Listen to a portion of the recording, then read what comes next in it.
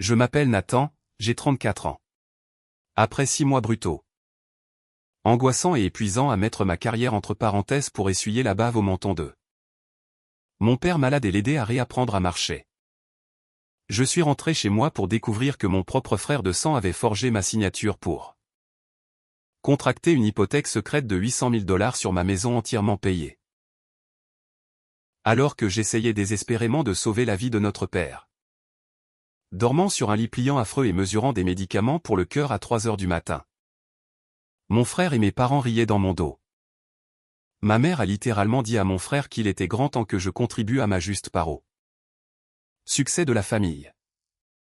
Ignorant complètement le sacrifice massif que je faisais pour maintenir son mari en vie. Ils étaient assis autour de somptueux repas de la fête de l'Action de grâce entièrement financé par l'argent volé sur la valeur nette de mon bien immobilier. Pendant que j'étais coincé dans un salon exigu aux odeurs cliniques. À écouter le bourdonnement de la machine à oxygène de mon père.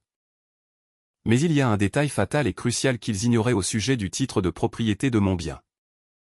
Une arme secrète que mon avocat m'a aidé à enfouir profondément dans les archives du comté 10 mois. Plus tôt. Et en ce moment, mon frère, l'enfant chéri, fait face à une peine de prison fédérale. Me suppliant à genoux de lui accorder une clémence qu'il ne m'a jamais montrée. Avant de vous raconter exactement comment j'ai détruit sa vie et repris mon pouvoir avec un simple morceau de papier. Appuyez sur le bouton j'aime si vous pensez que partager le même sang ne donne à personne le droit de voler votre avenir. Et s'il vous plaît, dites-moi d'où vous regardez dans les commentaires ci-dessous. Votre soutien est ma plus grande motivation pour continuer à partager ce voyage. Maintenant, revenons au moment précis où ma réalité s'est brisée. Le trajet de Denver, dans le Colorado, à Charlotte, en Caroline du Nord, m'avait pris 22 heures d'affilée. Je ne m'étais pas arrêté pour aller à l'hôtel. Je ne m'étais pas arrêté pour un repas chaud dans un restaurant assis. Je m'étais seulement arrêté pour mettre de l'essence dans ma berline poussiéreuse et fiable. Et pour acheter du café amer et brûlé dans des aires de repos d'autoroute faiblement éclairées. J'ai roulé au cœur de la nuit, mes phares coupant l'obscurité sans fin de l'autoroute. Mes mains serrant le volant jusqu'à ce que mes articulations deviennent d'un blanc éclatant. Les lignes jaunes sur l'autoroute étaient devenues un flou. Un compte à rebours hypnotique jusqu'au moment où je pourrais enfin déverrouiller ma propre porte d'entrée. Au moment où je me suis garé dans ma rue résidentielle bordée d'arbres de mon quartier suburbain. J'avais l'impression qu'on m'avait frotté les yeux de l'intérieur avec du papier de verre grossier. Le bas de mon dos criait de douleur à cause de cette fichue chaise de conducteur bon marché pendant presque une journée entière. Mais plus que le lourd tribut physique, j'étais mentalement et émotionnellement vidé. Je n'avais absolument plus rien à donner à qui que ce soit. 6 mois. C'est exactement le temps que j'avais passé loin de mon sanctuaire. 6 mois à dormir sur un lit pliant affreux et destructeur pour mes vertèbres dans le salon exigu de ma mère. Parce qu'il refusait de convertir la chambre d'amis spacieuse en un espace médical adéquat. 6 mois à gérer des aides à domicile peu fiables qui ne se présentaient jamais à l'heure. À me disputer agressivement avec les compagnies d'assurance au sujet de la couverture de la physiothérapie. Et à porter le chagrin particulièrement étouffant de voir un homme fier que j'aimerais apprendre à prononcer des mots simples après un AVC massif.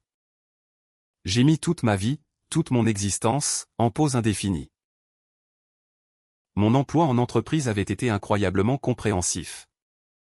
Me permettant de maintenir mon salaire tout en travaillant à distance à des heures bizarres et épuisantes de la nuit, après que mes parents soient enfin allés se coucher. J'avais peur de perdre ma promotion récente. Celle pour laquelle j'avais travaillé 60 heures par semaine pendant 3 ans pour l'obtenir.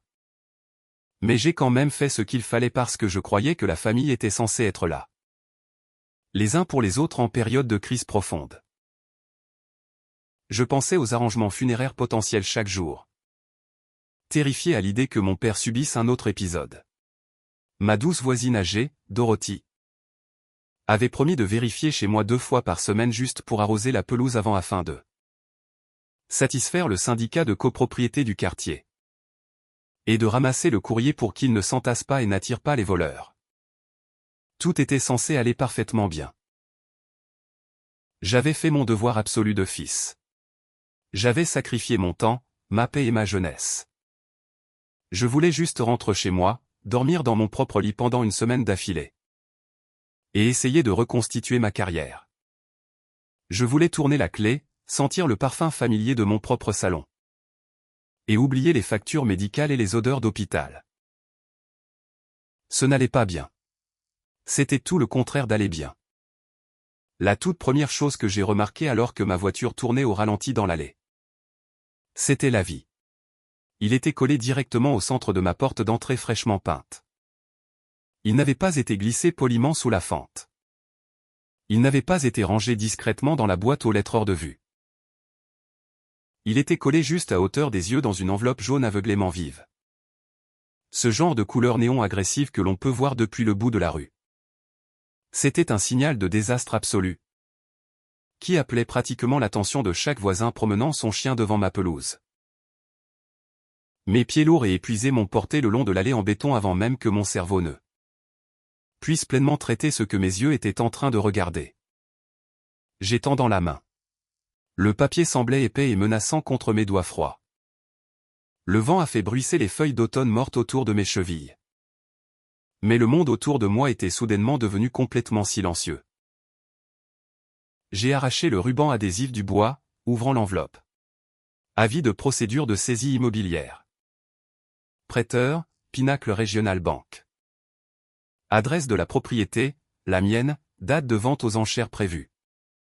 47 jours après affichage. J'ai lu ces lettres noires et audacieuses 3 fois en me tenant là, sur le pas de la porte. Le vent frais mordait à travers ma veste légère, mais je ne sentais pas du tout le froid. Je me sentais complètement engourdi, paralysé par une vague de pure confusion. Puis je me suis assis lourdement sur ma chaise de Porsche, portant toujours mon manteau d'hiver. Serrant toujours mes clés de voiture dans une prise mortelle, et je l'ai lu une 4e fois. En balayant chaque mot terrifiant. Je ne suis pas quelqu'un qui panique facilement. J'ai passé 3 ans à travailler comme analyste de la conformité dans un cabinet d'avocats. Immobilier à haut risque avant de passer à la gestion des risques d'entreprise. J'ai traité des faillites d'entreprises massives. J'ai géré des comptes séquestres hautement sensibles. J'ai démêlé des réseaux financiers complexes qui feraient tourner la tête de la personne moyenne.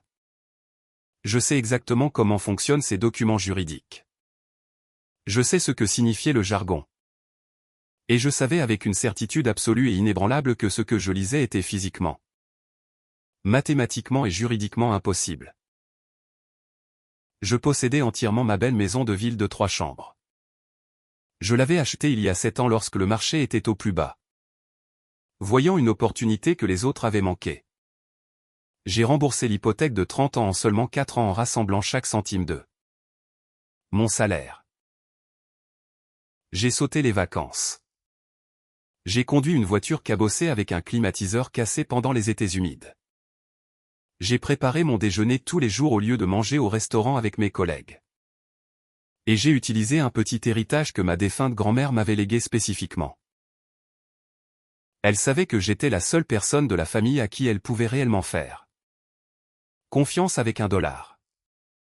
Ma grand-mère avait explicitement contourné mes parents et mon frère dans son testament. Et ils ne me l'ont jamais pardonné. Ils ont appelé cela une trahison. Mais elle a appelé cela un investissement dans le seul petit enfant responsable qu'elle avait. J'ai pris cet argent. Je l'ai combiné avec mes économies agressives et j'ai acheté ma liberté financière. J'ai les documents de titre clair assis en ce moment dans un lourd coffre-fort ignifugé dans mon bureau à domicile.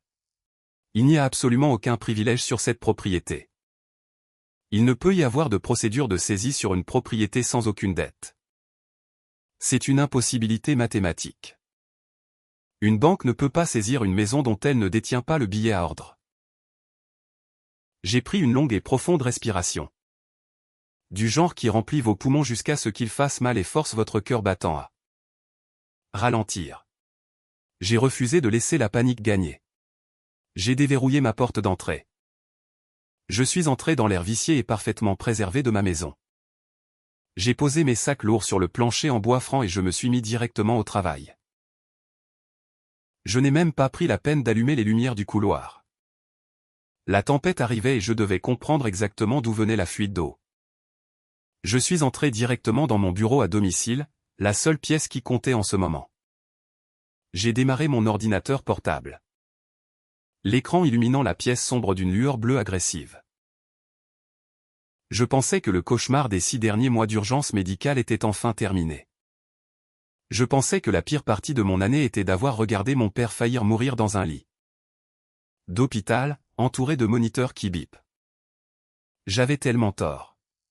Le vrai cauchemar m'attendait ici même, dans ma propre maison. Et les monstres n'étaient pas des étrangers dans la nuit. Les monstres étaient les personnes qui partageaient mon nom de famille. Les personnes que j'avais passé 6 mois à essayer de sauver.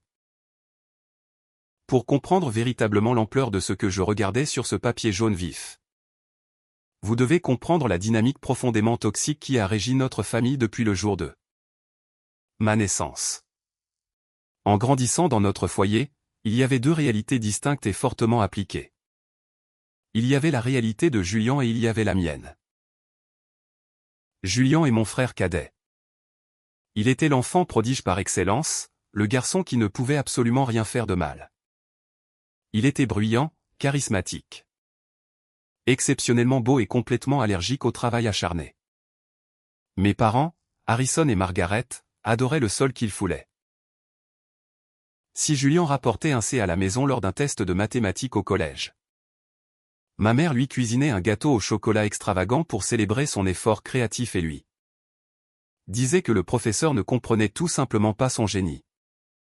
Si je rapportais des notes parfaites, mon père hochait brièvement la tête au-dessus de son journal et me disait de ne pas prendre la grosse tête à ce sujet, me rappelant que le travail acharné était simplement attendu des gens ayant un talent moyen comme moi. J'étais le fiable. J'étais le filet de sécurité. Julian était la vedette du spectacle. J'ai appris très tôt que la seule personne sur laquelle je pouvais vraiment compter dans ce monde, c'était moi-même. Alors que Julian passait ses années universitaires à faire la fête aux frais de mes parents, abandonnant 2 programmes d'études coûteux différents et vidant complètement son fonds d'études, je travaillais de nuit dans un entrepôt local juste pour payer mes crédits d'université communautaire. Quand Julian a décidé qu'il voulait être un entrepreneur technologique à 25 ans, mes parents ont joyeusement puisé dans leur compte de retraite pour financer une start-up qui a complètement fermé en moins de 6 mois parce qu'ils refusaient de gérer réellement les ingénieurs. Quand j'ai acheté ma première voiture d'occasion, je l'ai payée entièrement avec de l'argent que j'avais économisé grâce au pourboire en servant dans les restaurants les week-ends. Julian a fini par épouser Véronica. Véronica est le genre de femme qui traite les dépenses d'argent comme un sport olympique compétitif. Elle avait auparavant traversé un divorce moche et très médiatisé où elle s'était battue vicieusement pour la garde d'un chien de créateur qu'elle n'aimait même pas, purement pour embêter son ex-mari fortuné. Elle et Julian étaient un couple fait au paradis superficiel. Ils se souciaient profondément des apparences, du statut, des abonnements coûteux à des clubs de golf et des marques de luxe. Je me souciais de la stabilité, de la paix et de la tranquillité. Ils considéraient mon indépendance financière non pas comme une réalisation à respecter, mais comme une insulte personnelle à leur style de vie chaotique et alimenté par la dette. Il y a 3 ans, mon obsession absolue pour la stabilité a failli me tuer. J'ai été percuté à l'arrière par un conducteur distrait sur l'Interstate 77 lors d'une averse matinale torrentielle. Ma voiture pratique et fiable a été complètement détruite, écrasée en un accordéon méconnaissable de métal. Je me suis réveillé des heures plus tard dans une chambre d'hôpital blanche et aveuglante, avec un poignet gravement fracturé, 2 côtes fissurées et une commotion cérébrale massive qui m'a gardé hospitalisé et sous observation pendant 4 jours angoissants. Pendant que j'étais là, groggy, vomissant à cause des médicaments lourds contre la douleur et totalement incapable de tenir un stylo, ma famille s'est réellement présentée. Julian a joué le rôle du frère profondément concerné à la perfection devant le personnel infirmier, posant une main sur mon épaule et disant aux médecins de ne pas lésiner sur les moyens Mais j'étais dans une situation délicate. J'avais besoin de quelqu'un pour gérer certaines urgences logistiques immédiates. J'avais besoin de régler la réclamation d'assurance automobile pour qu'il libère les fonds pour une voiture de location. Et j'avais un renouvellement de bail sur mon ancien appartement qui était dû cette semaine-là. Si je manquais la date limite, mon loyer monterait en flèche et je ne pouvais pas me permettre ce choc financier. Une ancienne amie à moi, Valérie, qui travaillait comme parajuriste dans un cabinet d'avocat local, m'a rendu visite. Je lui ai demandé une immense faveur.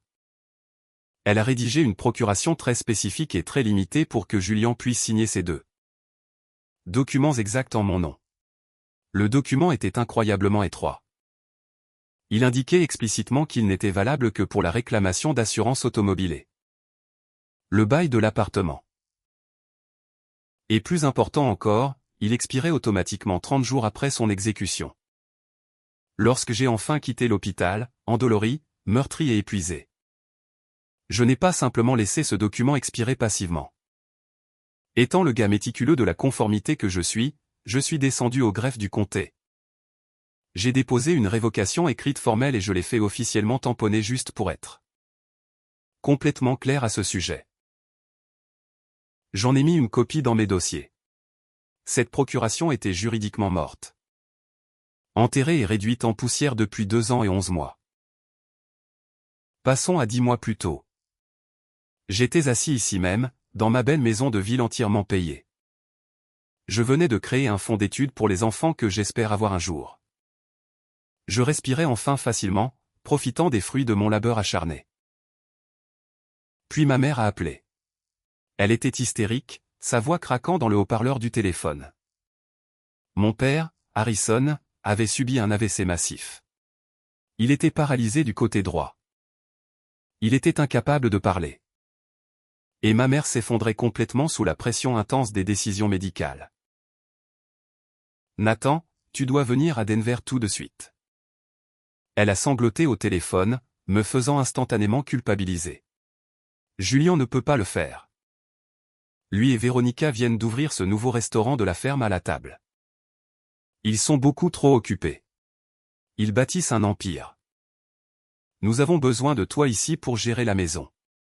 C'est à ton tour de te surpasser. Toujours le bœuf de travail fiable. Toujours celui dont on attend qu'il sacrifie tout. Je n'ai même pas hésité car malgré tous les abus émotionnels et le favoritisme flagrant, ce sont toujours mes parents. J'ai organisé un congé d'absence d'urgence avec mon patron. J'ai fait 2 grandes valises. Mais avant de quitter l'État, j'ai eu une réunion de déjeuner strictement planifiée avec mon avocate, Brenda. Brenda est un véritable requin dans un tailleur sur mesure. Elle connaissait toute l'histoire de ma famille. Elle savait exactement comment mes parents considéraient mes atouts comme un fonds d'urgence communautaire de secours pour les échecs inévitables de Julien. Quand je lui ai dit que je quittais l'État pendant 6 mois pour être soignant à plein temps dans cet environnement hautement toxique, elle a posé sa fourchette à salade et a plissé ses yeux perçants sur moi. Nathan, tu laisses ton principal actif entièrement possédé sans surveillance pendant que tu vas vivre dans un environnement très stressant avec des gens qui ont un historique lourdement documenté de problème de limite financière, a déclaré Brenda platement, sans mâcher ses mots. Tu dois verrouiller ta vie immédiatement. Mets la maison dans une structure juridique protégée. C'est une pratique standard pour quelqu'un qui sera largement indisponible. Ne laisse rien au hasard. Avec ces gens, ils te saigneront à blanc si tu leur tournes le dos. Je l'ai écouté. Cet après-midi-là même. Nous sommes assis dans son bureau en acajou et avons rédigé la lourde paperasse. J'ai transféré le titre complet et l'acte de propriété de ma maison de ville dans une fiducie vivante révocable, la fiducie Nathan Indépende. Je me suis nommé comme unique fiduciaire et unique bénéficiaire absolu. Le transfert a été officiellement enregistré auprès du bureau des registres fonciers du comté 7. Même semaine. Sur papier, Nathan, le citoyen privé individuel, ne possédait plus la maison. La fiducie possédait la maison. J'ai payé les frais d'enregistrement élevés. J'ai mis les documents tamponnés dans mon coffre-fort ignifugé et je suis conduit à Denver pour sauver la vie de mon père. J'ai passé les 6 mois suivants à changer des couches pour adultes. J'ai donné de la compote de pommes à la cuillère à un homme fier qui m'en voulait profondément de le voir faible. J'ai géré ces routines de physiothérapie angoissantes. J'ai fait mon devoir absolu. Et pendant que je faisais cela, mon frère, l'enfant chéri, était occupé à voler mon avenir. Fermement convaincu que j'allais simplement me laisser faire et accepter comme je l'avais toujours fait. Je pensais que la pire partie de cette année était d'avoir regardé mon père faillir mourir. Je n'avais absolument aucune idée que la vraie trahison m'attendait dans ma propre salle à manger. Je n'avais aucune idée que pendant que j'organisais les directives médicales, mon frère organisait activement le vol de l'ensemble de ma valeur nette. Debout dans mon couloir sombre, tenant cet avis de saisie jaune, je n'ai pas crié. Je n'ai pas fracassé mon poing à travers le cloison sèche dans une rage aveugle. La partie froide et hautement analytique de mon cerveau a pris le relais complètement, fermant mes émotions brutes pour protéger ma santé mentale. Je suis entré dans mon bureau à domicile. J'ai démarré mon ordinateur portable et j'ai tapé agressivement l'URL du portail des dossiers numériques de l'assesseur du comté. J'ai entré mon numéro de parcelle exact. L'écran a chargé l'historique de ma propriété, la date d'achat, la confirmation de remboursement, la mention de titre clair. J'ai fait défiler vers le bas, mon cœur battant un rythme lent, lourd et angoissant contre mes côtes jusqu'à ce que j'atteigne la section des charges. C'était là, me fixant avec de l'encre numérique. Un acte de fiducie enregistré contre ma propriété exactement 8 mois auparavant. Montant principal $800 000. Prêteur d'origine, Pinnacle Regional Bank.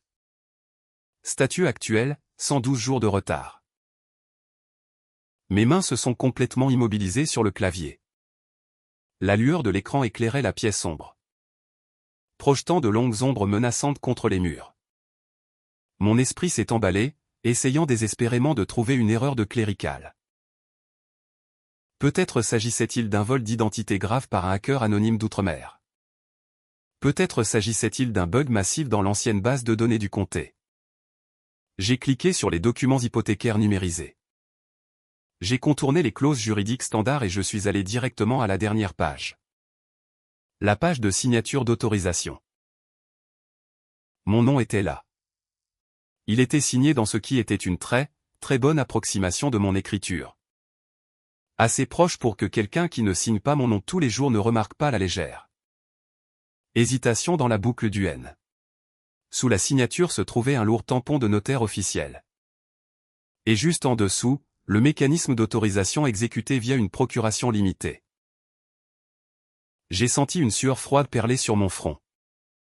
Je me suis connecté au portail de service des prêts de Pinnacle Regional Bank en utilisant le numéro de prêt imprimé sur l'avis. Le dossier de décaissement s'est chargé immédiatement. Mes yeux ont balayé le texte vert et noir. Les $800 000 avaient été virés en 2 transferts massifs. Cela n'est pas allé dans un compte séquestre de société de titre standard. C'est allé directement dans un compte chèque conjoint, un compte que j'ai reconnu instantanément.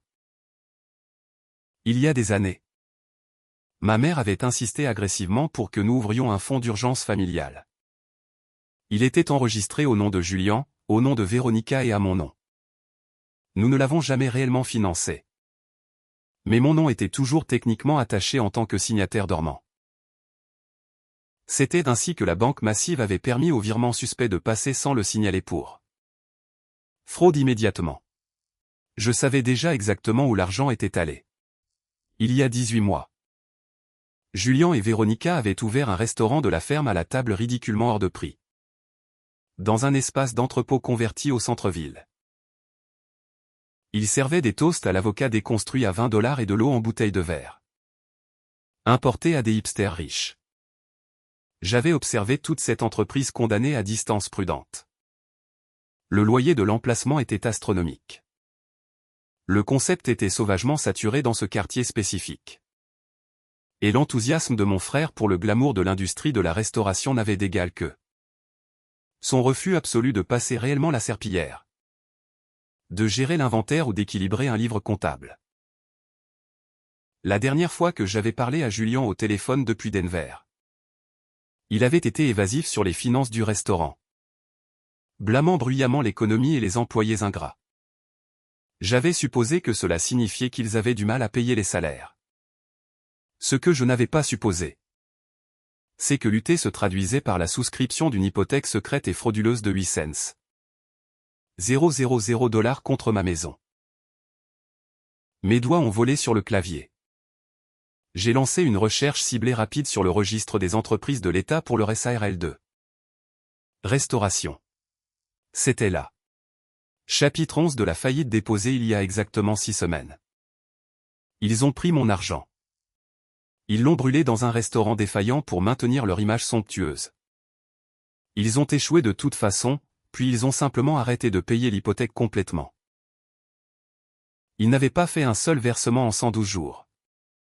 Ils ont simplement laissé ma maison glisser vers la saisie pendant que je lavais le dos de notre père et dormait sur un lit de camp. Mais comment ont-ils contourné les stricts protocoles de sécurité de la banque? J'ai zoomé sur les documents hypothécaires numérisés sur mon écran. J'ai regardé incroyablement de près le tampon du notaire juste à côté de ma signature forgée. Le nom sur le sceau était Marcus Thorne. Mon estomac s'est noué de pur dégoût. Marcus. Marcus était l'ancien frère de fraternité universitaire de Julien. C'était un type louche qui a tout juste réussi son examen de courtier immobilier et qui planait toujours autour de Julien, espérant des verres gratuits et un statut social.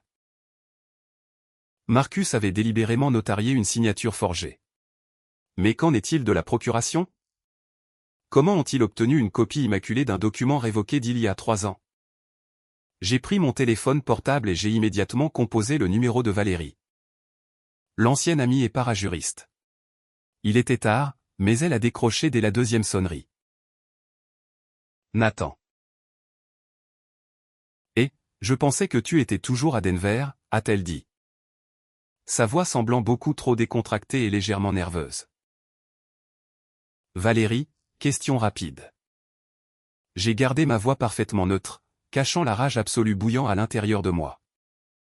Est-ce que tu as déjà donné à quelqu'un une copie de cette vieille procuration que nous avons rédigée après mon accident de voiture?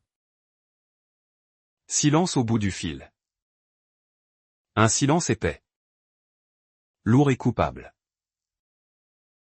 Nathan, a-t-elle balbutié, sa voix tremblant violemment, il y a quelques mois. Véronica a appelé. Elle pleurait hystériquement. Elle a dit que tu étais à Denver. Totalement injoignable. Et qu'il y avait une urgence massive avec tes impôts fonciers. Elle a dit que tu lui avais spécifiquement dit de se procurer une copie de la procuration pour que je m'en occupe au greffe du comté immédiatement afin d'éviter des pénalités massives. Elle a supplié. Je n'ai pas pensé que c'était un gros problème. C'était juste une copie. Tu as donné à ma belle-sœur un document juridiquement contraignant de mon dossier privé et confidentiel sans mon autorisation directe? Ai-je demandé. Sentant la rage froide se propager dans mes veines comme de l'eau glacée. Je suis désolé, a-t-elle dit. C'était une urgence familiale. S'il te plaît, ne dépose pas de poursuite contre moi. Nathan. Cela ruinerait complètement ma carrière. Je lui ai raccroché au nez sans un mot de plus. Je me fichais de la carrière de Valérie. C'était un pion stupide. Julien et Véronica étaient les cerveaux. Je n'ai pas appelé mon frère tout de suite. J'ai appelé Brenda, mon avocate, à son numéro de domicile privé. Je lui ai tout expliqué ce que j'avais trouvé dans une séquence rapide et hautement clinique.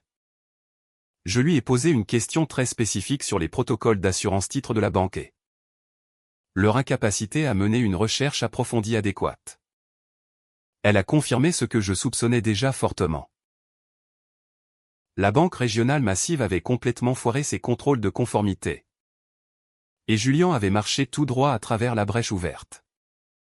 Je me suis dirigé vers mon coffre-fort ignifugé. J'ai tourné le lourd cadran métallique.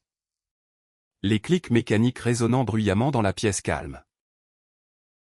J'ai sorti le dossier manille lourd contenant les documents de fiducie. La fiducie Nathan Indépende. Pinnacle Regional Bank venait d'émettre un prêt de 800 000 $ à Nathan l'individu. Mais Nathan l'individu ne possédait plus personnellement la propriété au moment de l'origination du prêt. La fiducie possédait la propriété. Une procuration accordée à Julien sur moi en tant que citoyen privé n'a absolument aucune autorité juridique sur les actifs détenus dans une fiducie dont il n'est pas le fiduciaire désigné. La signature sur ces documents hypothécaires n'était pas seulement forgée. L'instrument financier tout entier était une nullité juridique. Il était nul dès la seconde où l'encre a séché. C'était du papier sans valeur. J'ai posé le lourd dossier sur la table de la salle à manger. Puis j'ai sorti mon téléphone et j'ai rédigé un message texte pour mon frère. Je suis de retour en ville.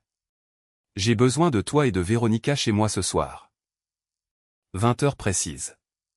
Ne soyez pas en retard. Il a répondu exactement 3 minutes plus tard. Eh, frérot. Tellement heureux que tu sois de retour.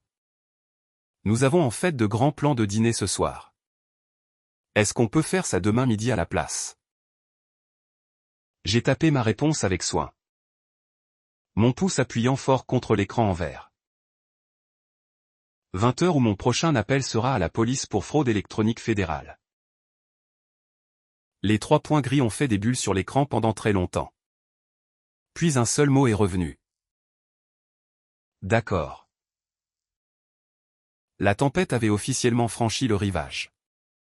Je les avais exactement là où je le voulais et j'allais m'assurer qu'ils ne revoient jamais le soleil. Ils pensaient qu'ils m'avaient piégé, mais ils venaient de s'enfermer dans une cage. J'avais exactement 2 heures avant qu'ils ne soient censés arriver à ma porte. Je n'ai pas passé ce temps à faire les 100 pas sur les planches du sol. Je n'ai pas passé ce temps à pleurer sur la trahison absolue de mon propre sang. Je l'ai passé à préparer méthodiquement la chambre d'exécution. Je suis retourné dans mon bureau à domicile et j'ai connecté mon ordinateur portable directement à l'imprimante laser robuste. La machine a ronronné pour prendre vie, crachant des pages chaudes et nettes de preuves indéniables. J'ai imprimé le dossier de prêt complet de 80 pages de Pinnacle Regional Bank. J'ai imprimé les documents d'origination. J'ai imprimé les pages de signature montrant la falsification flagrante et bâclée de mon nom. J'ai imprimé les dossiers de décaissement bancaire montrant clairement le virement massif allant directement dans le compte conjoint. J'ai imprimé le dépôt de faillite de l'État pour leur restaurant en faillite. Et enfin, j'ai imprimé une copie immaculée de l'avis de défaut jaune vif qui avait été collé sur ma porte. J'ai porté la lourde pile de papier dans la salle à manger. Je les ai disposés méticuleusement sur le bois de cerisier foncé de ma table de salle à manger. Je les ai disposés parfaitement côte à côte comme une quinte flush dans une partie de poker à haut risque. Le lustre suspendu au plafond projetait une lumière dure et impitoyable sur l'encre noire, soulignant chaque mensonge qu'ils avaient raconté en noir et blanc. Ensuite, j'ai pris mon smartphone et j'ai ouvert l'application d'enregistrement audio hautement avancée que j'utilisais habituellement pour la dictée professionnelle. J'ai vérifié le niveau de la batterie, 98%. J'ai réglé l'application sur la capture audio continue et non compressée. J'ai placé le téléphone face contre terre sur l'étagère supérieure de la bibliothèque près d'eux. L'entrée, se fondant complètement avec la tranche sombre d'un vieux dictionnaire. Dans mon état, une seule partie doit consentir légalement à enregistrer une conversation privée. J'étais cette partie consentante. Ils étaient sur le point d'avouer des crimes fédéraux et j'allais capturer chaque syllabe. À 17h45 précise, mon téléphone a vibré violemment dans ma poche. C'était un message texte de Dorothy, ma voisine âgée aux yeux perçants qui ne manquait rien de ce qui se passait dans notre rue. Nathan, chéri. Une voiture très bruyante et incroyablement moche vient de se garer juste devant chez toi. Je me suis lentement dirigé vers la fenêtre avant et j'ai regardé à travers les fentes étroites des stores en bois. Ce n'était pas leur SUV de banlieue pratique habituelle. C'était une toute nouvelle Porsche Macan, élégante, noirgée et agressive de manière odieuse. Le moteur grondait avec un bourdonnement profond et incroyablement cher avant de s'éteindre. J'ai regardé mon frère sortir de la porte du côté conducteur. Julien portait un blazer bleu marine parfaitement taillé sur un t-shirt net et cher, projetant délibérément l'aura d'un PDG de la tech hautement prospère. En levant la main pour ajuster ses poignets. La lueur agressive du lampadaire a attrapé l'éclat d'une montre lourde à son poignet. C'était une montre massive en argent et indéniablement une Rolex. Véronica est sortie du côté passager un instant plus tard. Elle a balancé un sac structuré en cuir couleur caramel sur son épaule. J'ai reconnu le logo du designer instantanément. C'était un sac qui coûtait plus cher que mes 2 premières voitures réunies. Ils étaient légalement en faillite. Ils avaient complètement fait défaut sur un prêt fédéral de 800 000 $. Et pourtant, ils paradent dans mon allée en portant les dépouilles physiques de mon capital volé. Ils n'avaient pas seulement utilisé l'argent pour essayer de sauver désespérément le restaurant. Ils l'avaient impitoyablement détourné pour financer leur style de vie somptueux et faux. Ils avaient acheté des voitures de luxe et des montres, attendant tranquillement et patiemment que la banque mette ma maison aux enchères pendant que j'étais à des centaines de kilomètres, en train de nettoyer de la nourriture purée du menton de notre père. L'audace pure me glacer le sang. J'ai senti un calme froid, terrifiant et absolu s'installer en moi. Le genre de clarté totale qui ne vient que lorsque vous n'avez absolument plus rien à perdre et que vous réalisez que c'est vous qui tenez le détonateur. Ils n'ont même pas pris la peine de sonner à la porte. Ils sont entrés avec la clé en laiton de rechange que Julien avait gardée depuis des années. À l'époque où il avait faussement promis d'arroser mes plantes d'intérieur et avait laissé mourir chacune d'elles. La lourde porte d'entrée s'est ouverte en cliquant. « Nathan » a crié Julien. Sa voix dégoulinant de ce charme fabriqué et incroyablement facile qu'il utilisait pour manipuler nos parents. « Mec, c'est tellement bon de t'avoir enfin de retour. Le trafic sur la île 85 était un cauchemar absolu.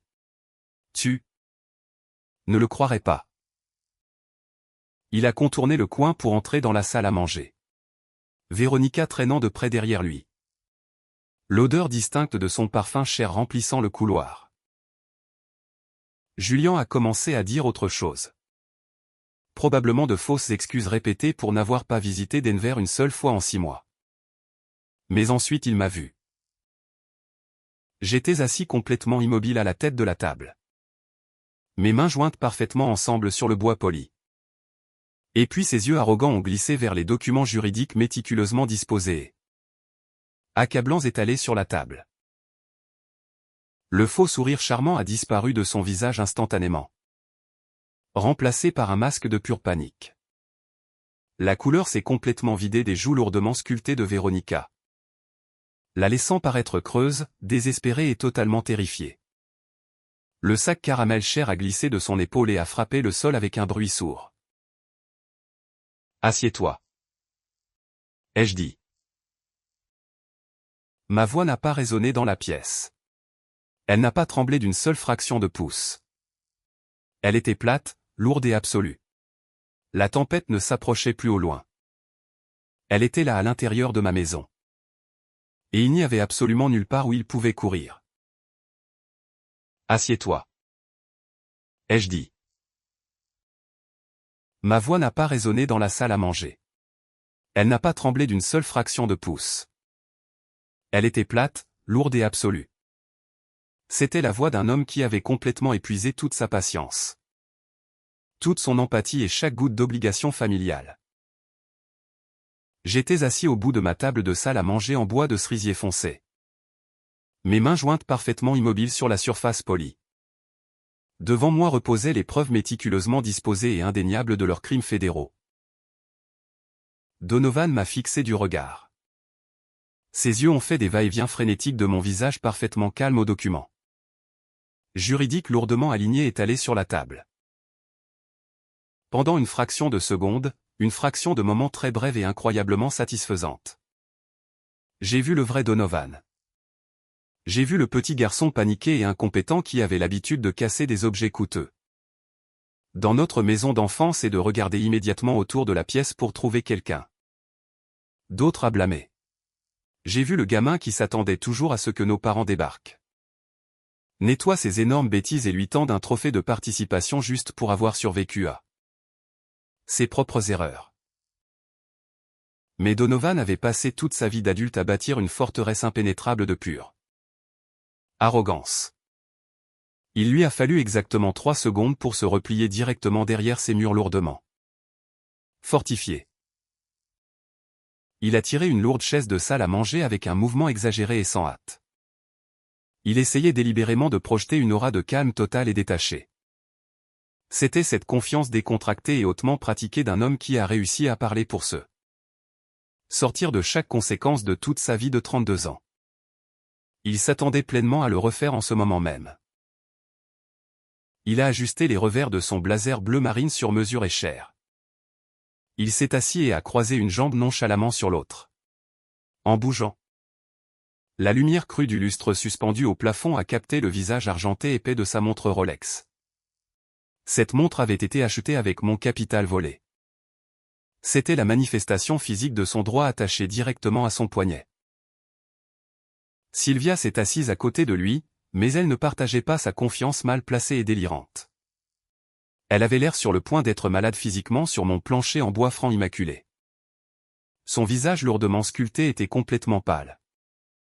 Ses yeux étaient fixés avec une terreur absolue sur la vie de saisie jaune vif assis juste au centre de la table. Elle a reconnu le logo officiel de Pinnacle Regional Bank. Elle savait exactement ce que ce morceau de papier signifiait pour son style de vie somptueux et soigneusement organisé. Frère, avant de dire quoi que ce soit, a commencé Donovan. Il a immédiatement adopté un ton hautement raisonnable, soyons des adultes, qui faisait bouillir le sang dans mes veines. Il a levé les mains dans un geste de conciliation et de paix, encadrant agressivement la situation comme si c'était moi qui étais totalement irrationnel. Je veux que tu prennes une grande respiration. Je veux que tu essaies de comprendre la position terrible et sans précédent dans laquelle nous étions. Tu étais hors de l'état dans le Colorado. Tu t'occupais de papa et de son AVC. Nous ne voulions pas t'accabler de notre stress financier immense. Alors que tu faisais déjà face à une crise médicale massive. Nous essayions de te protéger. Le restaurant hémorragiait complètement de l'argent. C'était un bain de sang absolu. Garrison.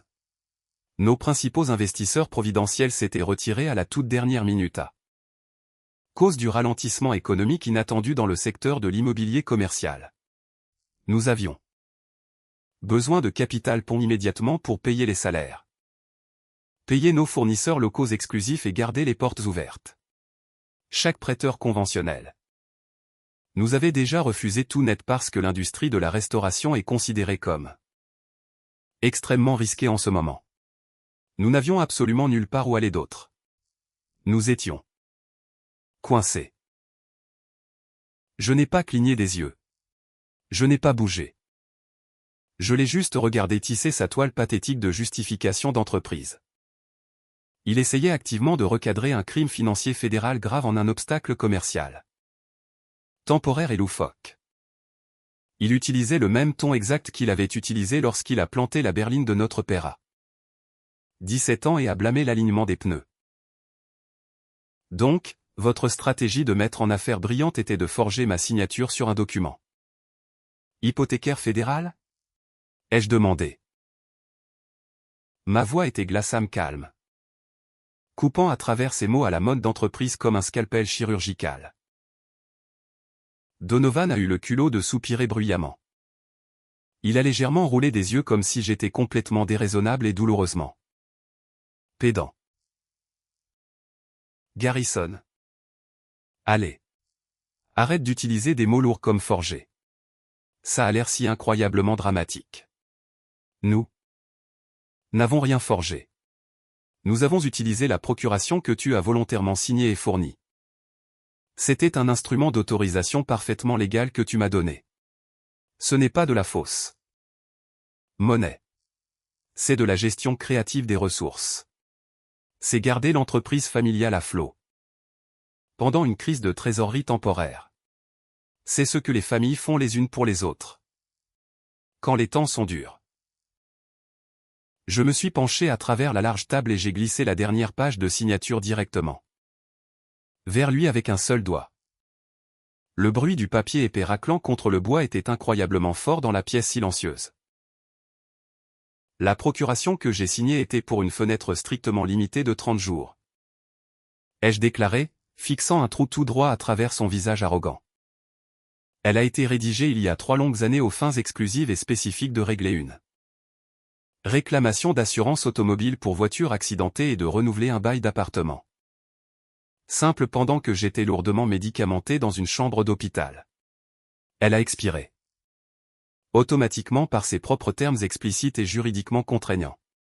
Non seulement cela, mais je suis descendu au greffe du comté et j'ai déposé une révocation formalisée notariée la semaine exacte où j'ai quitté l'hôpital. Ce document hypothécaire de 800 000 $ a été exécuté. 26 mois pleins après que cette procuration a cessé d'exister sous quelque capacité juridique. Que ce soit sur cette terre. Tu as utilisé un instrument juridique mort pour voler ma propriété. La mâchoire de Sylvia s'est serrée si fort que j'ai sincèrement pensé que ses dents allaient craquer. Sous la pression. Elle a regardé Donovan, sa voix un murmure terrifié et haletant. Donovan? Tu m'as dit que ton ami s'était occupé de la paperasse. Tu m'as promis que c'était complètement étanche et parfaitement légal. C'était étanche, a aboyé Donovan sur elle. Sa façade charmante s'est fissurée pour juste une fraction de moment. Révélant l'animal acculé et méchant en dessous avant de tourner son regard arrogant vers moi. Le notaire ne l'a pas remis en question. La banque l'a accepté. La société de titres l'a poussé à travers leur système. L'argent a effacé le virement direct dans notre compte. Cela a fonctionné. Exactement comme prévu.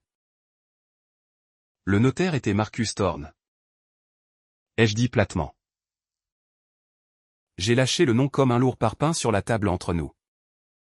Un contact que tu as trouvé de tes anciens jours de fraternité universitaire qui était assez désespéré pour de l'argent rapide afin d'accepter un pot de vin.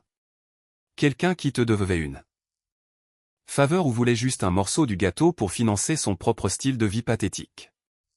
Il a sciemment, volontairement estampillé une signature falsifiée sur un document annulé pour contourner les lois fédérales sur les prêts. Il a risqué toute sa licence professionnelle pour ton restaurant raté. L'expression facile de Donovan a changé juste légèrement. Sa mâchoire s'est serrée fort, et une petite perle de sueur s'est formée à sa tempe. Mais il a redoublé d'efforts, refusant de concéder un pouce. Nous avions pleinement l'intention de rembourser avant même que tu ne le remarques. Garrison. Je suis complètement sérieux. Le restaurant était censé tourner le coin financier d'ici le 3e trimestre de cette année. Nous avions des projections marketing massives alignées. Nous allions obtenir une 2e ronde de financement de capital risque.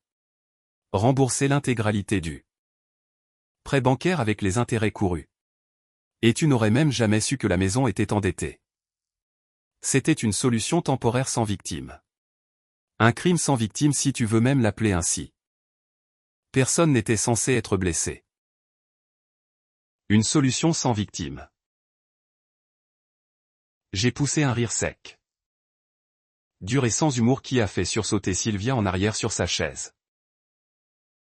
Le restaurant a déposé le bilan sous le chapitre 11 il y a exactement 6 semaines. J'ai trouvé le dépôt officiel dans les dossiers publics de l'État cet après-midi. Tu as pris 800 000 $ en argent liquide contre mon immobilier. Tu as flambé chaque dollar pour maintenir la grande illusion du succès. Tu as acheté une Porsche. Tu as acheté une Rolex. Et tu n'as pas fait un seul versement hypothécaire en 112 jours. Ma maison va aux enchères publiques dans 47 jours. La maison que j'ai payée avec mon salaire. L'héritage de ma défunte grand-mère, et mon sang, ma sueur et mes larmes. Sylvia s'est penchée en avant. Sa voix est tombée dans quelque chose de plus doux, quelque chose de beaucoup plus pratiqué. C'était la même voix manipulatrice et larmoyante que je savais qu'elle avait utilisée lors de son précédent règlement de divorce lorsqu'elle se battait vicieusement pour une pension alimentaire qu'elle ne méritait pas. Garrison, s'il te plaît, a-t-elle chuchoté. Ses yeux brillaient de larmes parfaitement chronométrées et militarisées. Tu as l'argent liquide pour arranger ça. Tu sais que tu l'as. Tu viens juste d'obtenir cette énorme promotion dans l'entreprise de gestion des risques. 800 000 $ est un montant d'argent dévastateur et destructeur de vie pour nous en ce moment. Mais cela ne ruinera pas quelqu'un dans ta position financière solide. Tu pourrais effacer cette dette cette semaine. Tu pourrais appeler la banque demain et nous sauver de la perte absolue de tout ce que nous avons construit. Nous sommes ta famille. Nous avons fait une erreur. Une erreur désespérée et stupide née d'une panique totale.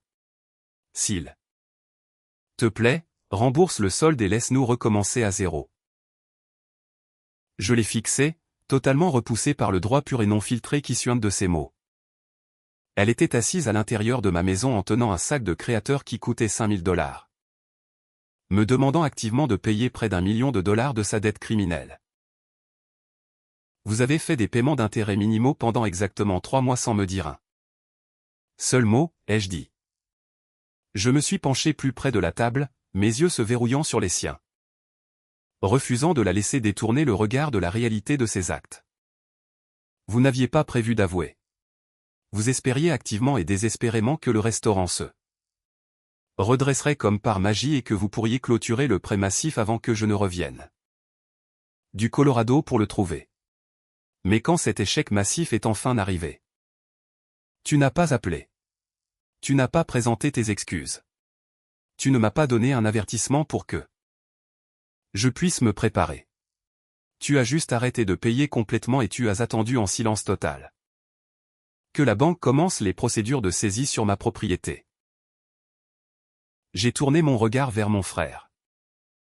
Il était assis remarquablement tranquille, son esprit cherchant clairement une stratégie de sortie. Tu as calculé qu'au moment où je la prendrais enfin, mon dos serait complètement contre le mur. Tu savais que je n'aurais absolument pas d'autre choix que d'absorber ta dette massive pour sauver ma propre maison d'être mise aux enchères sur les marches du tribunal au plus offrant. Tu as activement essayé de me forcer dans un coin où je devais payer pour ton style de vie somptueux et tes échecs commerciaux monumentaux. Donovan a écarté les mains dans un grand geste de pragmatisme résigné. Il s'est effectivement penché en arrière. L'air complètement satisfait de sa propre logique sociopathique tordue. Écoute, Garrison, les maths sont ce qu'elles sont, a dit Donovan. Il a glissé sans couture dans son personnage de faux PDG. Celui qu'il utilisait pour charmer les investisseurs crédules. Si tu essaies de combattre cela sur des motifs de fraude, tu regardes des années de litiges angoissants et incroyablement coûteux. Tu vas devoir embaucher un avocat puissant et cher. Tu seras dans et hors du tribunal en train de donner des dépositions sans fin.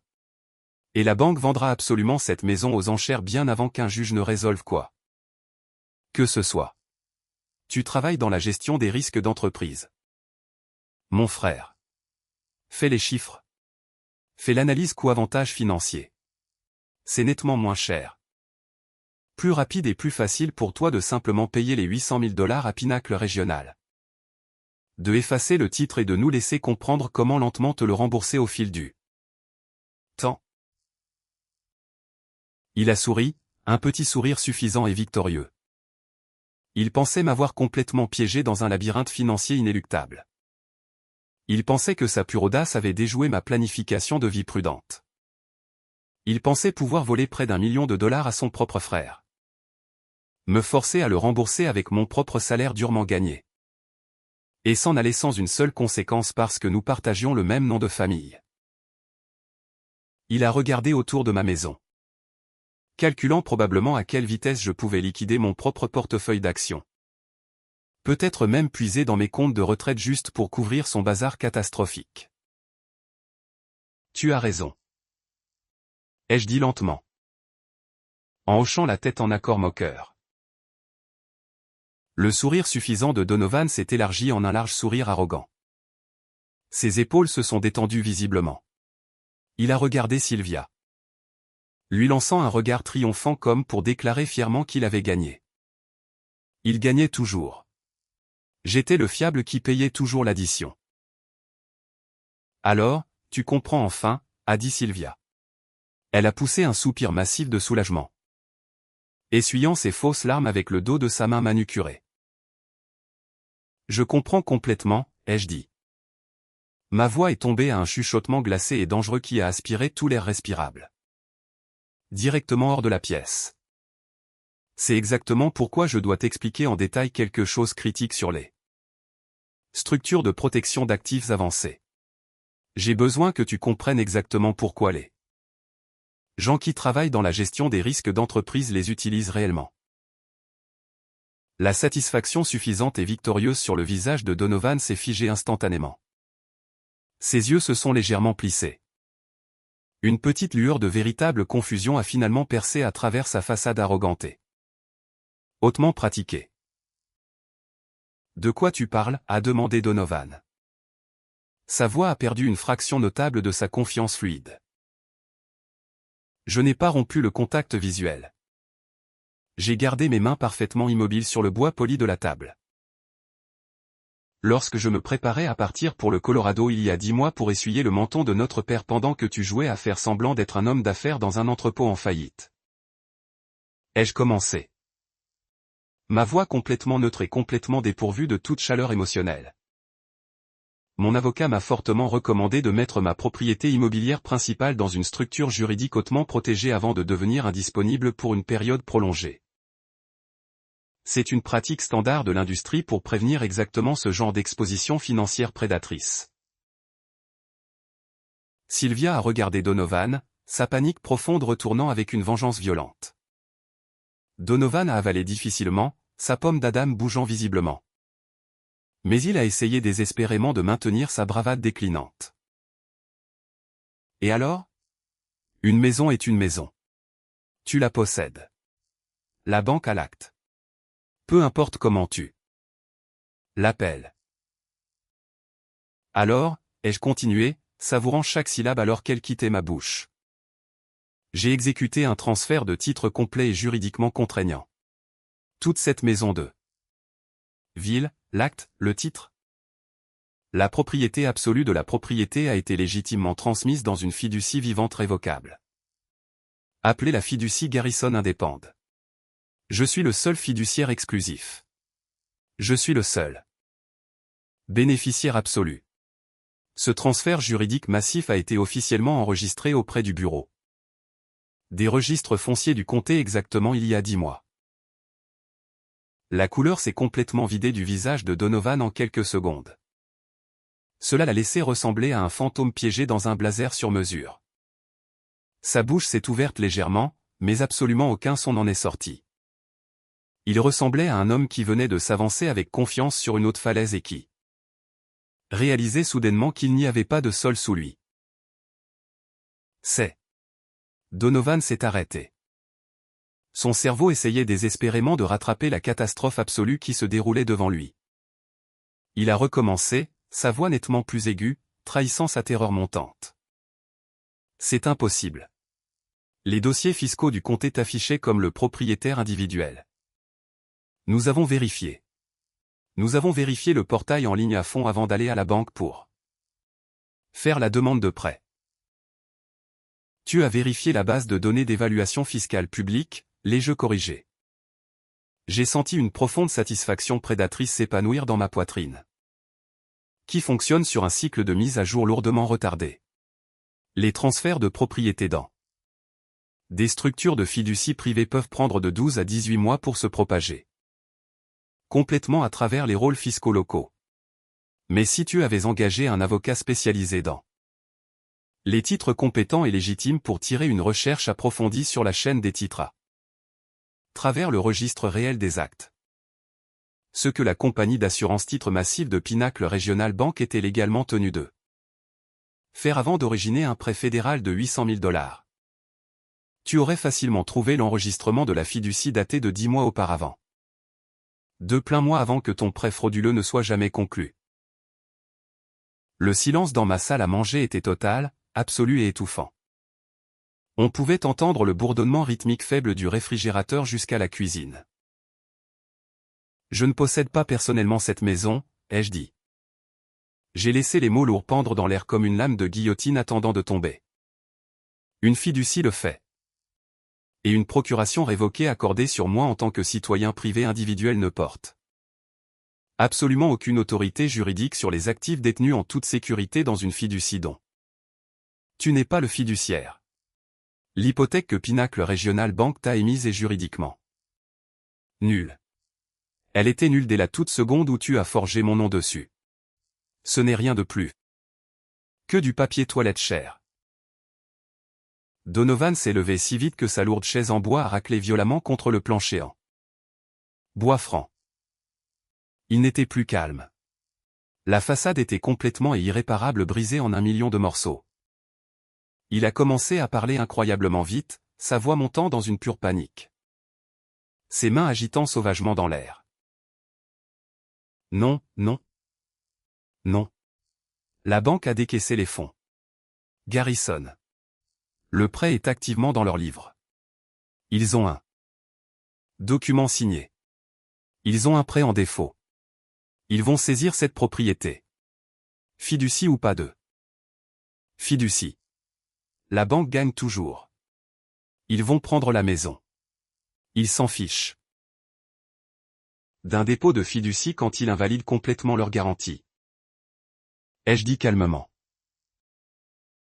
Je me suis levé vers la bibliothèque, j'ai pris mon smartphone et je l'ai apporté à la table. J'ai tapoté l'écran pour arrêter l'application d'enregistrement audio. En enregistrant le fichier massif et accablant instantanément dans mon serveur cloud sécurisé. Puis j'ai ouvert mes contacts et j'ai trouvé le numéro spécifique que mon avocate, Fiona, m'avait donné cet après-midi là même. C'était la ligne d'urgence directe après les heures pour la division de la fraude et de la gestion des risques de la société mère de Pinacle Financial Group à New York. J'ai appuyé sur appel. J'ai posé le téléphone directement au centre de la table. Juste au-dessus de sa signature flagrante et falsifiée, et j'ai activé la fonction haut-parleur. Donovan est devenu complètement immobile. Sa poitrine se soulevait rapidement alors qu'il fixait l'écran lumineux du téléphone. 2 sonneries. Puis la voix hautement professionnelle et claire d'une femme a répondu à la ligne. Pinacle Financial Group. Division de la fraude fédérale et de la gestion des risques. Comment puis-je diriger votre appel? Urgent? Sylvia a poussé un son qu'elle ne pouvait pas tout à fait contenir. C'était un gémissement aigu et brisé de terreur pure et non adultérée. Elle en savait assez de ces batailles de divorce compliquées et de son temps passé autour d'ex-maris. Riche pour savoir exactement à quoi ressemblait un problème fédéral. J'ai besoin de votre examinateur de fraude principal de service. Ai-je dit clairement dans le téléphone. Je maintenais un contact visuel mort et inébranlable avec mon frère. Je signale officiellement une origination hypothécaire frauduleuse massive contre un actif détenu. En fiducie. Je possède la documentation physique d'un instrument d'autorisation falsifié. Une procuration légalement révoquée utilisée sous de fausses prétextes.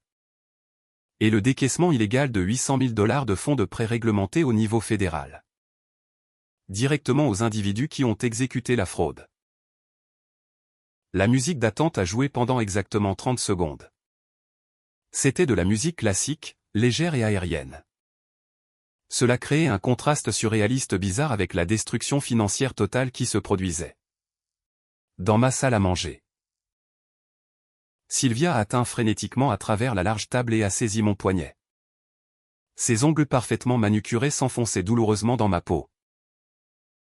Raccroche, a-t-elle chuchoté désespérément. Sa voix ne ressemblait en rien au ton manipulateur et doux qu'elle avait utilisé il y a 20 minutes. Garrison, s'il te plaît. Raccroche le téléphone. Nous allons tout vendre. Nous allons vendre la Porsche. Nous allons vendre mes bijoux. Nous allons vider mes comptes de retraite. Nous allons arranger ça d'une manière ou d'une autre. S'il te plaît, ne nous fais pas ça. Tu vas ruiner nos vies. J'ai baissé les yeux sur sa main, saisissant mon poignet. Puis j'ai levé les yeux vers son visage strié de larmes. Je n'ai pas dit un seul mot. J'ai simplement retiré mon bras, brisant sa prise avec une indifférence froide et absolue. La musique classique s'est arrêtée. Une nouvelle voix est venue sur la ligne. Un homme plus âgé, hautement autoritaire. Il portait la précision plate d'un homme qui traitait des crimes financiers à haut risque chaque jour de sa vie. C'est le directeur Gérald Foss, chef régional de l'examen de la fraude. Je comprends que vous signalez une origination frauduleuse. Monsieur, pouvez-vous me vérifier le numéro de prêt spécifique? J'ai lu la longue chaîne de chiffres directement de l'avis de saisie jaune vif. Le bruit de la frappe agressive sur le clavier a résonné fort à travers le haut-parleur. Une longue pause a suivi. Je suis en train de charger le dossier numérique. Maintenant. Le signataire est répertorié comme le propriétaire individuel exécuté via une procuration. Une autre pause. Celle-ci nettement plus longue. Je ne trouve pas de protocole de vérification d'assurance titre complet dans ce dossier spécifique parce qu'il n'a pas été correctement complété par votre équipe. Ai-je dit fermement. Une recherche de titre complète au registre des actes sur cette parcelle exacte montrera un transfert de fiducie enregistré officiellement il y a 10 mois. 2 mois avant que ce prêt frauduleux n'ait jamais pris naissance. La propriété n'était pas en propriété individuelle au moment de l'origination. De plus, la procuration citée dans vos documents a été légalement révoquée et avait expiré indépendamment 3 ans auparavant. J'ai le numéro de référence de dépôt de révocation du comté juste devant moi. La frappe de son côté est devenue considérablement plus rapide, presque frénétique. Donovan s'est lentement assis sur sa chaise. Il avait l'air d'avoir tous les os magiquement retirés de son corps. Il fixait simplement le mur dans le vide, complètement vaincu. Sa bouche pendante légèrement ouverte. Je vois également une irrégularité massive dans la chaîne d'origination. A marmonné tranquillement le directeur Foss. Il parlait plus à l'écran de son ordinateur qu'à moi. Puis il est revenu à son registre de commandement professionnel. Monsieur. Je ne peux pas discuter des détails bancaires internes sur une ligne ouverte. Mais je dois vous garder au téléphone avec moi pendant que je verrouille cela de notre côté. Prenez tout le temps dont vous avez besoin. Directeur Foss. Ai-je dit. Donovan a mis sa tête dans ses mains. Ses doigts tiraient violemment sur ses cheveux parfaitement coiffés. Sylvia a simplement fixé le téléphone de la même manière qu'un cerf fixe les phares d'une semi-remorque en excès de vitesse. Le directeur Foss est revenu exactement 4 minutes plus tard. Monsieur. Je peux officiellement confirmer que l'enregistrement de la fiducie apparaît entièrement exécuté dans le registre des actes et précède lourdement cette origination de prêt. Notre processus d'assurance titre aurait dû attraper ce transfert massif. Il ne l'a pas fait. C'est un échec de conformité catastrophique de la part de notre institution et il est escaladé agressivement. Interne comme une affaire distincte. Quant au prêt lui-même, il a pris une respiration mesurée. Nous avons émis des fonds fédéraux contre un actif que nous ne pouvions pas grever légalement. La garantie était entièrement invalide à l'origine. Notre position juridique préliminaire est que cet instrument ne peut pas être appliqué contre la propriété de la fiducie. Sylvia a poussé un souffle lourd qui sonnait exactement comme du verre se brisant sur un plancher de tuiles. Les fonds ont été décaissés directement dans un compte chèque conjoint, ai-je ajouté. Enfonçant le dernier clou mortel dans le cercueil enregistré à mon frère Donovan et à sa femme. Sylvia, qui sont tous les deux assis en face de moi à ma table de salle à manger en ce moment même. Nous avons cela dans le dossier de décaissement permanent, a déclaré Foss. Sa voix se durcissant en quelque chose de dangereux. Compte tenu de ce que vous venez de décrire. Un instrument d'autorisation falsifié et des fonds fédéraux décaissés directement aux auteurs.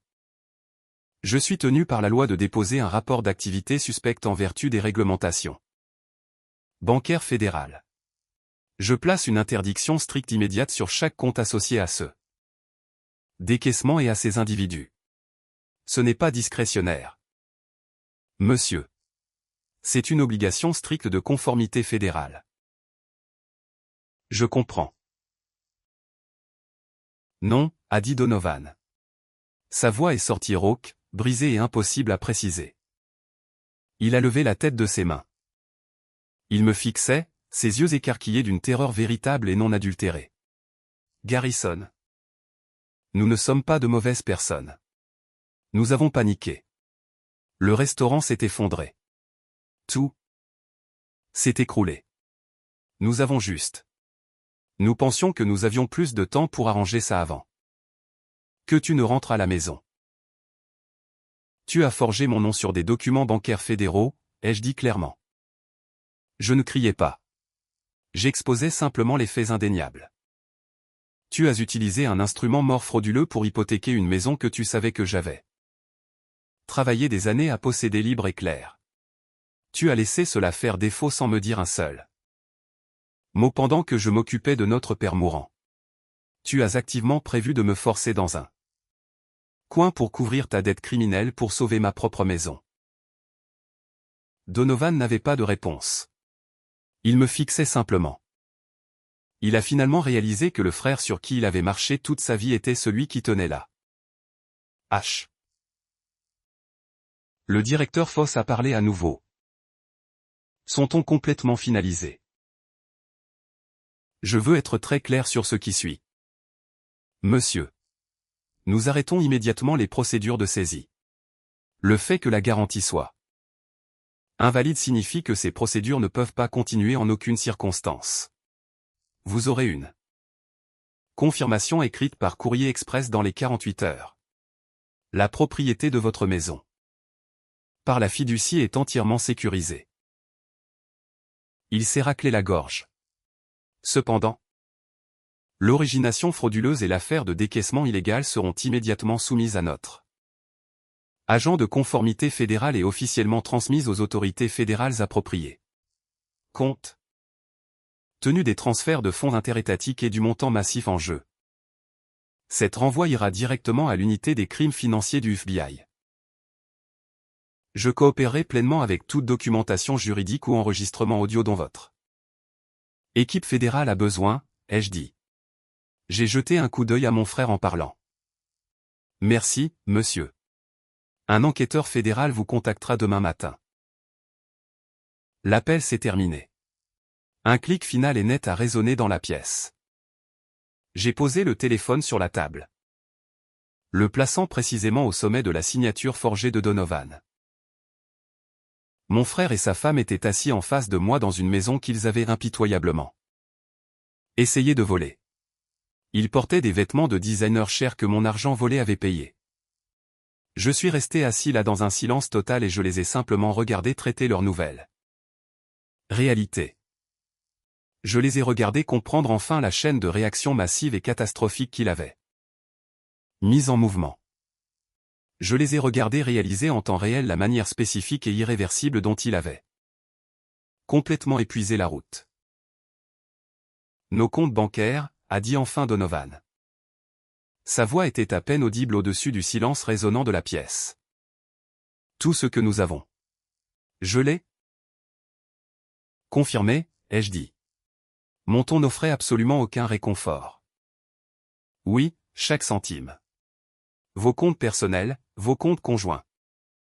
Tous les comptes commerciaux liés à votre numéro de sécurité sociale, tout cela. Sylvia m'a regardé avec une expression que je n'avais jamais vue sur son visage lourdement sculpté. Pendant toutes les années où je l'avais connue. Ce n'était pas exactement de la culpabilité. La culpabilité nécessite une conscience active. C'était quelque chose de beaucoup plus brut et pathétique. C'était le regard d'un parasite qui venait de réaliser que son hôte était complètement immunisé. Elle avait épuisé chaque mouvement manipulateur. Chaque larme, chaque plaidoyer, chaque menace voilée, et aucun d'eux n'avait fonctionné. Est-ce que tu vas vraiment les laisser nous envoyer en prison fédérale, a-t-elle demandé. Sa voix tremblait violemment. Ses yeux faisaient le tour de la pièce comme à la recherche d'une issue de secours qui n'existait pas. J'ai regardé Donovan pendant un long moment, lourd. Nous avions partagé une chambre jusqu'à ce que j'ai 12 ans. C'était lui qui avait accidentellement cassé mon bras quand nous étions enfants jouant dans le jardin, et mes parents m'avaient blâmé pour être maladroit. C'était lui qui avait toujours pris la plus grande part de gâteaux, les meilleurs cadeaux de Noël. La grande majorité de l'amour, de l'attention et du soutien financier de nos parents. Et il avait mis un prêt illégal de 800 000 $ contre ma maison. Finançait son style de vie somptueux avec. Et n'avait absolument rien dit pendant 8 longs mois pendant que je dormais sur un lit de camp. Tenant la main de notre père victime d'un AVC, et le nourrissant de compote de pommes. Je ne fais rien arriver, Donovan, ai-je dit. Ma voix était aussi froide que de la glace. La division de la fraude de la banque opère sous une loi de conformité fédérale stricte. Le FBI ne demande pas ma permission pour enquêter sur la fraude électronique. Ce qui vient ensuite vient entièrement de ce que tu as choisi de faire, et non de quelque chose que je choisis maintenant. Je me suis levé. Je me sentais 10 livres plus léger. Le poids écrasant des 6 derniers mois, la panique de la vie de saisie, tout cela se levait. Vous devez tous les deux quitter ma propriété dès maintenant, ai-je dit. Pointant droit vers la porte d'entrée. Et vous devez comprendre que tout ce que vous me dites à partir de ce moment. Je vais le documenter méticuleusement et le remettre directement aux autorités fédérales. Ils sont partis. Donovan s'est levé en premier. Ses jambes tremblaient tellement qu'il a dû s'appuyer lourdement sur la table pour garder l'équilibre. Sylvia l'a suivi. Elle n'a même pas pris la peine de ramasser son sac en cuir caramel cher de l'endroit où il était tombé sur le sol. Donovan s'est arrêté dans l'embrasure de la porte et a jeté un coup d'œil en arrière vers moi. Il avait une expression sur son visage que j'ai activement choisi de ne pas examiner trop attentivement. C'était peut-être de la tristesse, du regret, ou juste de la peur pure et non adultérée. Je m'en fichais. J'étais éveillé depuis plus de 30 heures. Et il y a une limite stricte à ce qu'une personne peut retenir émotionnellement en une seule nuit. La lourde porte d'entrée s'est fermée en cliquant. J'étais enfin seul. Je me suis assis à nouveau à la table et j'ai transféré le fichier audio immédiatement vers mon compte cloud sécurisé. J'en ai envoyé une copie directement à mon avocate, Fiona. Avec un bref courriel hautement détaillé décrivant exactement ce qui venait de se produire. La confirmation écrite officielle de la banque de l'arrêt de la saisie est arrivée par FedEx le lendemain matin. Le renvoi massif pour fraude aux autorités fédérales a suivi dans les 72 heures. Fidèle à la parole du directeur Foss. Chaque compte bancaire lié à mon frère et à sa femme a été complètement gelé d'ici la fin de cette semaine-là. Ils ne pouvaient pas acheter de courses. Ils ne pouvaient pas mettre d'essence dans leur voiture de luxe. Ils étaient entièrement coupés du monde qu'ils pensaient posséder. L'unité des crimes financiers du FBI m'a contacté le mardi suivant. L'agent spécial Caldwell s'est assis dans mon salon. A bu mon café et a pris ma déclaration officielle. L'enregistrement audio d'une clarté cristalline de ma salle à manger a été soumis dans leur dossier d'admission de preuves massif. Caldwell m'a assuré que l'affaire était un jeu d'enfant absolu. La trace écrite était indéniable. Mais la partie la plus difficile de toute cette semaine n'a pas été de traiter avec le FBI ou les cadres bancaires. C'était l'appel téléphonique que j'ai reçu de mes parents. Ma mère m'a appelé un jeudi soir. Elle n'a pas demandé comment j'allais. Elle n'a pas demandé si j'allais bien après avoir trouvé un avis de saisie sur ma maison. Elle a appelé, criant, « Garrison, comment as-tu pu faire ça à ton propre frère ?» Elle a hurlé à travers le haut-parleur. Sa voix était perçante et pleine de venin. Le FBI a perquisitionné sa maison ce matin. Ils ont remorqué sa Porsche. Tu détruis sa vie pour un Malentendu stupide. Ce n'était pas un malentendu, maman, ai-je dit, serrant le téléphone fermement. Il a forgé ma signature et a volé 800 000 $. Il allait rembourser, a crié mon père, Winston, en arrière-plan. Sa parole était légèrement traînante à cause de l'AVC, mais sa colère était complètement claire. Il avait juste besoin d'un prépon. Tu as un salaire énorme. Tu as toute cette équité immobilière et cet héritage massif de ta grand-mère. Tu n'as pas d'enfant. Tu aurais pu simplement payer la banque et garder cela au sein de la famille.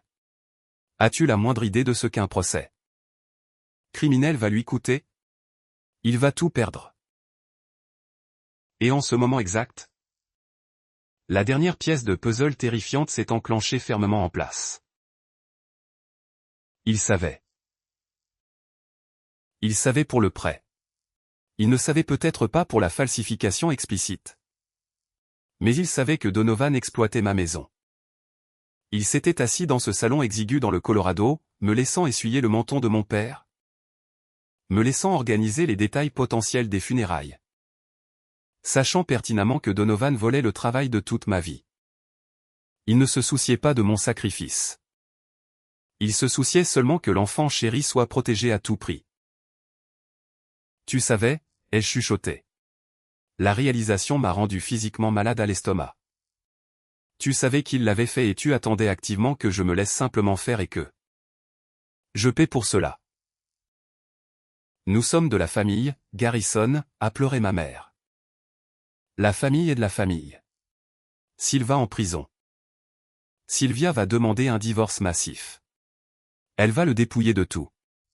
Est-ce que c'est ce que tu veux? Tu es en train de déchirer cette famille. Non, ai-je dit.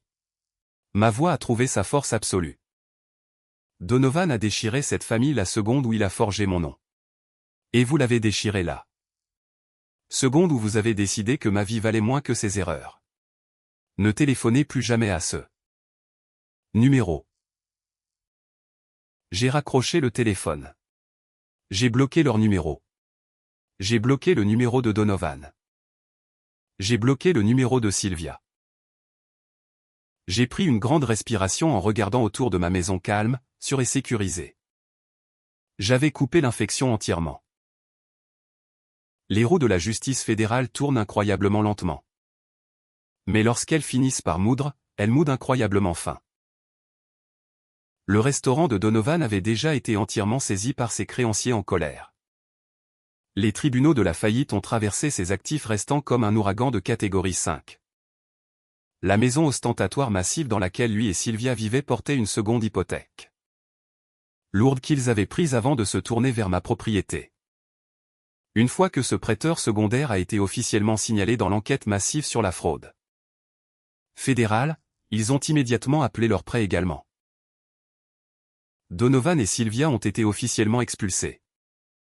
Les montres Rolex de luxe, les sacs caramel de design, les vêtements sur mesure chers.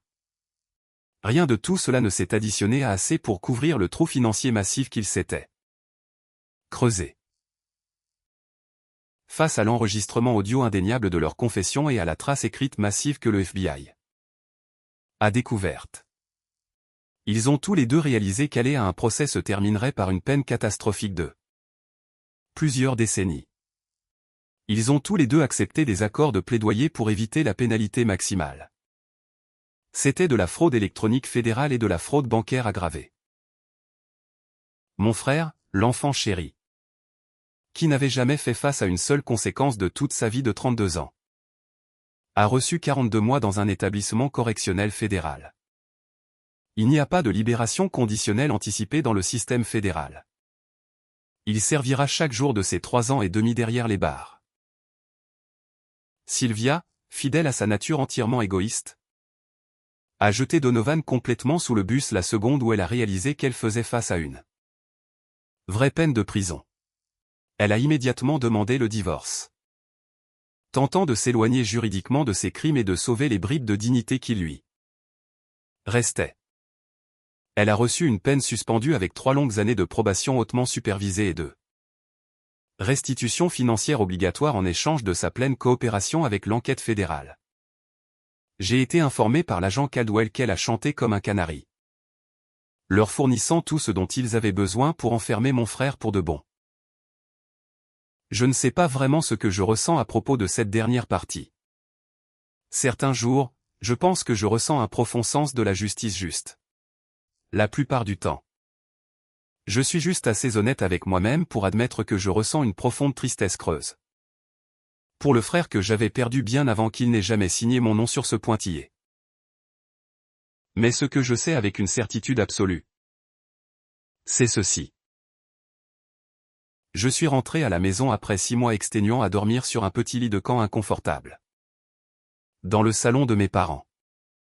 J'ai passé une moitié d'année à apprendre exactement ce qu'il faut pour reconstruire la vie de quelqu'un d'autre.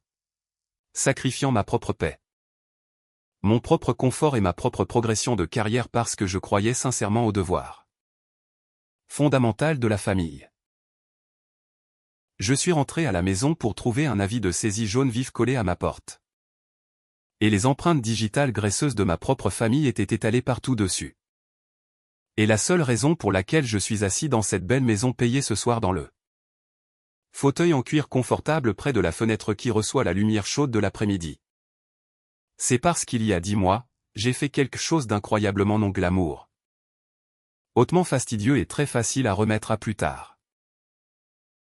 J'ai écouté un avocat intelligent. J'ai déposé un document juridique ennuyeux. J'ai payé de lourds frais d'enregistrement.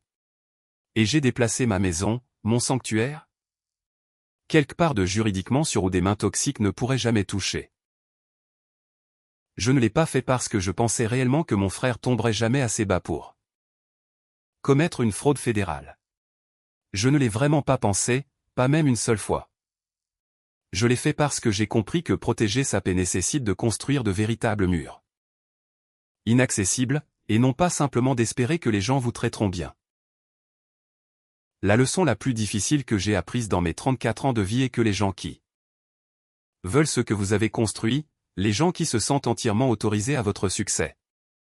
Votre salaire et votre stabilité ne ressemblent pas toujours à des étrangers dangereux se cachant dans le noir. Ils ne portent pas toujours des masques de ski et ne portent pas de pieds de biche. Parfois, ils ressemblent aux frères avec qui vous avez partagé une chambre.